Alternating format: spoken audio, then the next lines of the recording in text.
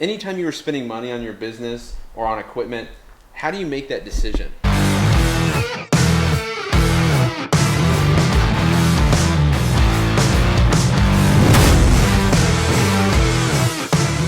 Listen, if you don't know Kory's story, do a little bit of research because you have an incredible lawn care company. Where do you see, like, how do you decide on what to invest in? Like, anytime you were spending money on your business or on equipment, how do you make that decision? Well, yeah, I mean, we invest in our people, but that's a whole other subject we can get on. You got to make sure you have great people. But yeah, when we look at equipment, and I talk to guys about whether it's this product or any product we have, or a mower, or we talked about Ventrax earlier. We look at what kind of investment can we get on our money, and it's expensive. Good equipment's expensive, but I look at it as, is it going to save us labor? Is it going to save us time? Are we going to be safe? How many years is it going to last?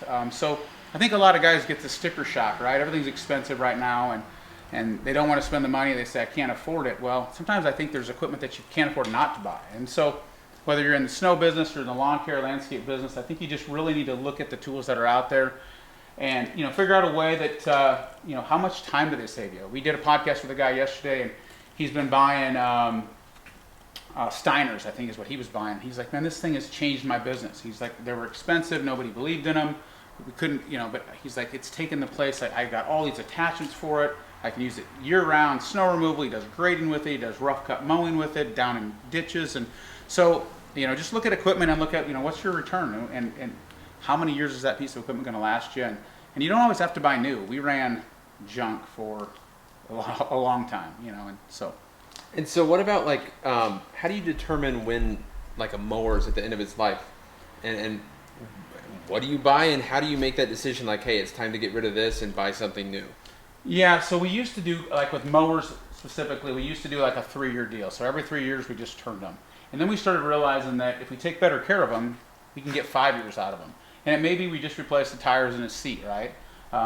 Just like anything else, they're getting made better and better. We try to encourage our guys to take good care of the equipment. They want raises. So we've got more life out of the equipment than we used to. We used to be kind of in this mode where, hey, every 3 years we'll just get all new mowers. We got on this cycle of just every year we get X amount, and the last ones we get traded in or we sell them off. So if it's unsafe, especially when you're talking trucks, we look at them, do they look decent? Are they safe? Can we throw a cheap paint job and a seat on it and get maybe one more year out of it? So we're always playing that game of kind of wants versus needs. Yeah. We want new equipment. Do we need new equipment? If you take good care of your equipment, if we were down at Perfect Cut, I'd show you, in the winter, we touch up all the paint, we fix any seats, we put a new advanced chute on it if it's tore off, we put new tires. So we always think if we can get one more year out of that mower, it's paid for, right? One more year. Instead of buying that $12,000, $13,000, $15,000 mower, it adds a lot to the bottom line. So, if you take good care of your equipment, it'll take good care of you. And it's every business has to make their own decision. So that's always a tough one. I don't believe that you have to buy all new stuff because then those payments keep coming all winter long. And Yeah. if you're not, it depends on your business model, but Yeah. you can run yourself out of cash pretty quick. Yeah, and like I bought my work truck for like $8,500 Yeah, I 3 think I years saw your ago, video on that, yeah. and I love it. And most people that ride in it or use it, they love it. It's just a nice little work truck, but then you get the shiny, like whatever, the new car syndrome, this shiny equipment syndrome, and you're like, well, I kind of do want, and look at all I could do with the new F-250 and put a plow on it and keep more people in it and have less problems, less miles. And so, like, it's always that teeter-totter, like, but this truck's running, and I got an incredible deal on it. It's paid for Right. itself over and over again.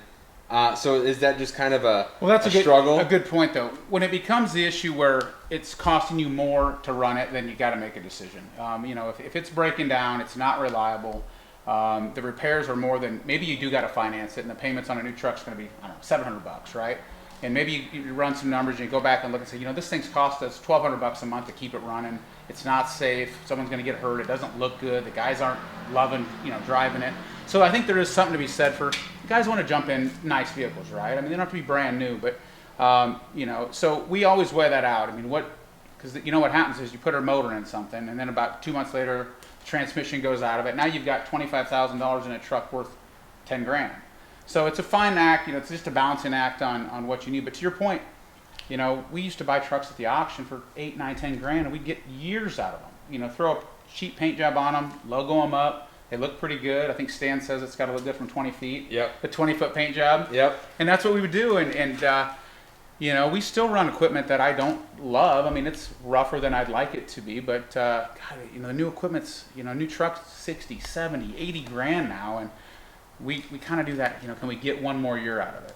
And if it's not safe, then that becomes a different issue. Especially this year, where everything's inflated, the used it's car crazy. prices. It's crazy. It is the year to say, hey, if we could get one more year out of it, we'll be able to get more truck for less. We've ordered trucks, and they're telling us we won't even get them until maybe April or May next year. So we've been ordering trucks that we might not have them for 7, 8 months. So if you are thinking about getting equipment, and that's been the same with mowers too. I mean, if you're thinking about it, you need to be planning ahead because there's a lot of stuff not available right now. So right now it's September.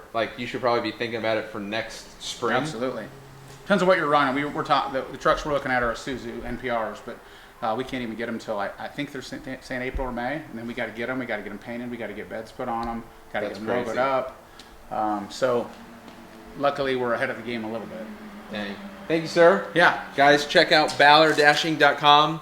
Always, it's fun working with you, man. Over a year now. Yeah. Really good getting you guys hooked up with a little bit of a discount.